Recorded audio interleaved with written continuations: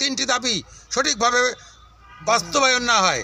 তাই আমি সকল শিক্ষক কর্মচারী অভিভাবক এবং ছাত্রদেরকে অনুরোধ জানাবো আমাদের দাবির সাথে সংহতি প্রকাশ করে সারা বাংলাদেশের বিবেকবান সকল মানুষ আমাদের দাবির সাথে সংহতি প্রকাশ করে আমাদের এই ন্যায্য দাবি আদায়ে সবাই সোচ্চার হন। আমাদের কর্মবিরতি চলবে।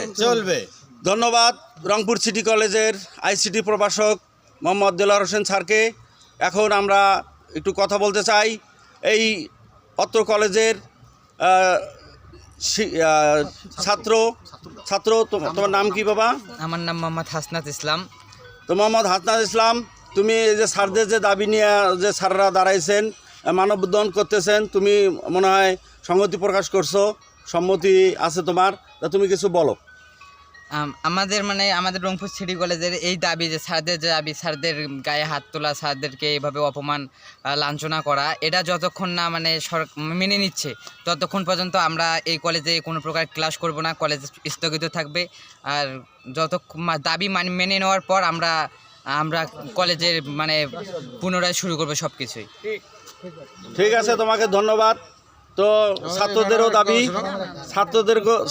দাবি যে স্যারদের যদি ন্যায্য দাবি মেনে না হয় তাহলে তারাও ক্লাস করবে না, তারাও ক্লাস বর্জন করেছেন এবং তারা সম্মতি প্রকাশ করেছেন। তো আমাদের রংপুর সিটি কলেজের প্রভাষক ইতিহাস বিভাগের মীর শফিকুল আলম স্যারকে কিছু বলার জন্য অনুরোধ করছি। আজকের এই সারা বাংলাদেশের শিক্ষক যেখানে লাঞ্ছিত হচ্ছে, সেখানে সকল ছাত্ররাও সেখানে সংহতি প্রকাশ করছে। সেই লক্ষ্যে রংপুর সিটি কলেজের গতকাল আমরা কর্মবিরতি পালন করেছি।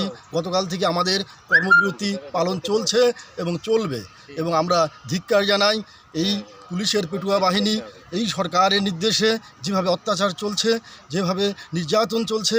আসলে শিক্ষক হচ্ছে একটা জাতির গঠনের কারিগর। তাদেরকে যদি লাঞ্ছিত করা যায় তাহলে তারা কোন শিক্ষা অর্জন করেছে?